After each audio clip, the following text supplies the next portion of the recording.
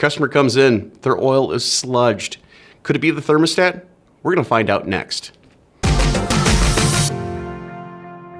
This video is sponsored by Mala, manufacturers of engine components, filters, and peripherals. Visit mala-aftermarket.com for more information.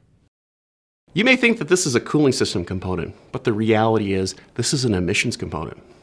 This thermostat regulates the temperature inside the combustion chamber. If the temperature inside the combustion chamber is too hot or too cold, it causes excess emissions. These excess emissions can wind up in the crankcase vapors. These crankcase vapors, they can contaminate the oil and cause it to sludge.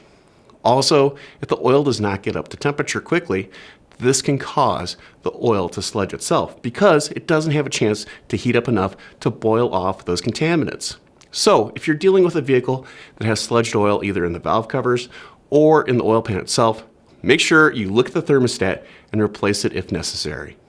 I'm Andrew Markel. Thank you very much.